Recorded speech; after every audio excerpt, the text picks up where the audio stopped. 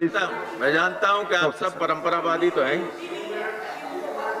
कृपया बैठकर ना बोले। खड़े होकर बोले सर। नहीं, आपको नहीं, मैं बाकी लोगों को कह रहा हूं।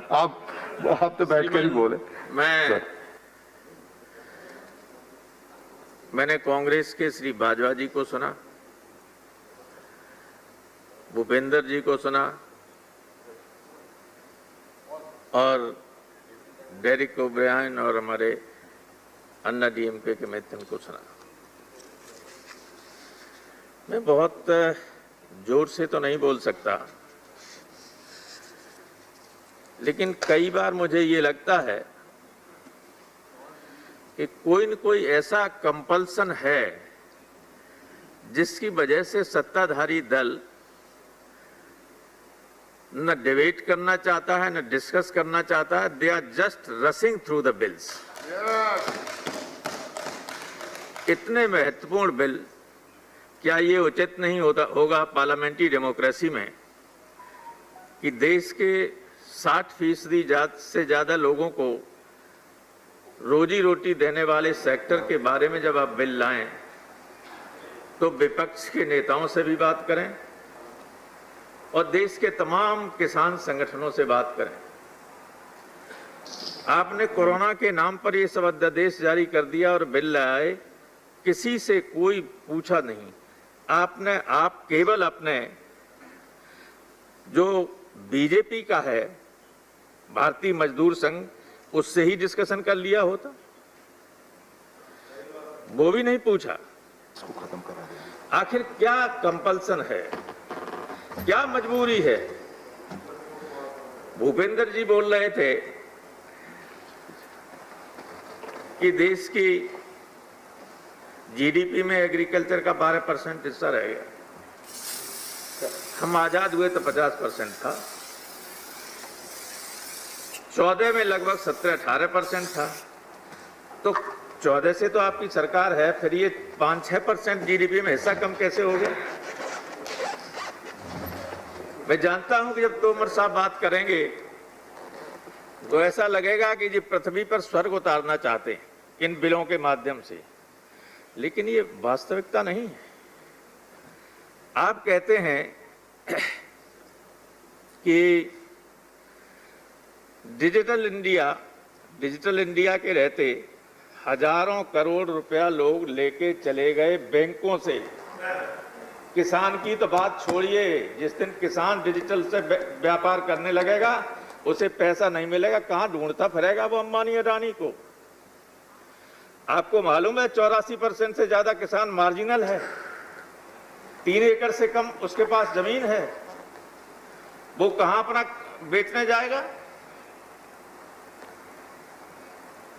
ये बड़ी अजीब स्थिति है, जाने किस तरह की बात करते हैं। समानांतर मंडियां हो जाएंगी।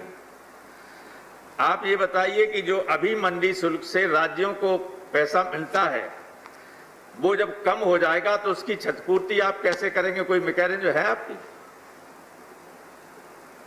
कोई मैकेनिज्म नहीं। और आपने शुरू में ही कहा था कि कहीं भी किसान मनचाही कीमतों पर बेच सकेगा। क्या आप इसकी गारंटी देते हैं कि किसान की मनचाही कीमतों पर कौन मूल्य मिलेगा? मनचाही कीमतों पर इस शब्द पे जोर दीजिए। आपने कहा था शुरू में इंट्रोड्यूस करते समय इन बिलों को, ये नहीं हो सकता है। क्या मालूम क्या स्थिति होगी? जैसे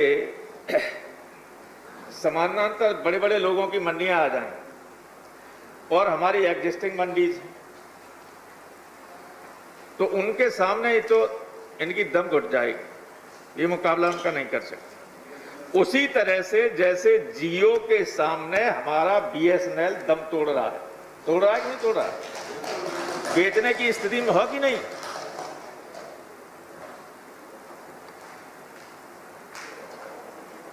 और आप तो किसान के परिवार से आते हैं,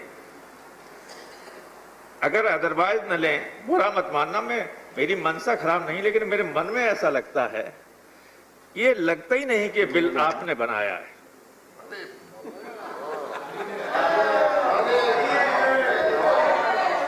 कोई किसान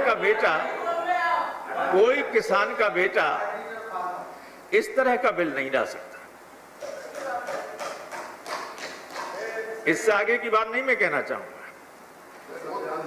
लेकिन आप तोमर साहब, आप चंबल के किनारे के रहने वाले, मैं इन बिलों की टेक्निकलिटीज पर नहीं जाना चाहता, क्योंकि जो कुछ है सब किसान विरोधी है। जो कुछ है, मैं सारे लोगों से ये कहना चाहता हूं कि हमारे चंबल की घाटी में इधर इटावा है, उधर भिंड और ग्वालियर है, जिधर से हमारे मंत्री जी आते हैं। वहां एक बहुत बड़े कवि हुए थे शिशु जी, तो वो जाते थे चंबल के किनारे, तो एक तरफ पनघट था, क्योंकि चंबल का पानी बहुत शुद्ध था, इतना शुद्ध पानी कहीं हिंदुस्तान में नहीं था।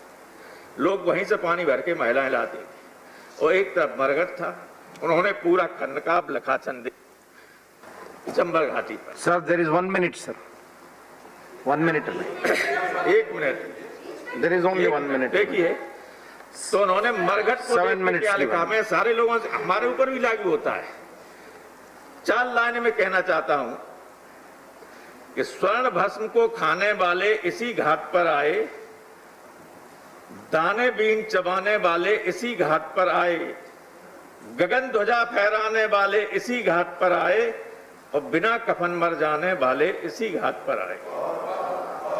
इस सत्य को, जीवन के इस मर्म को समझिए।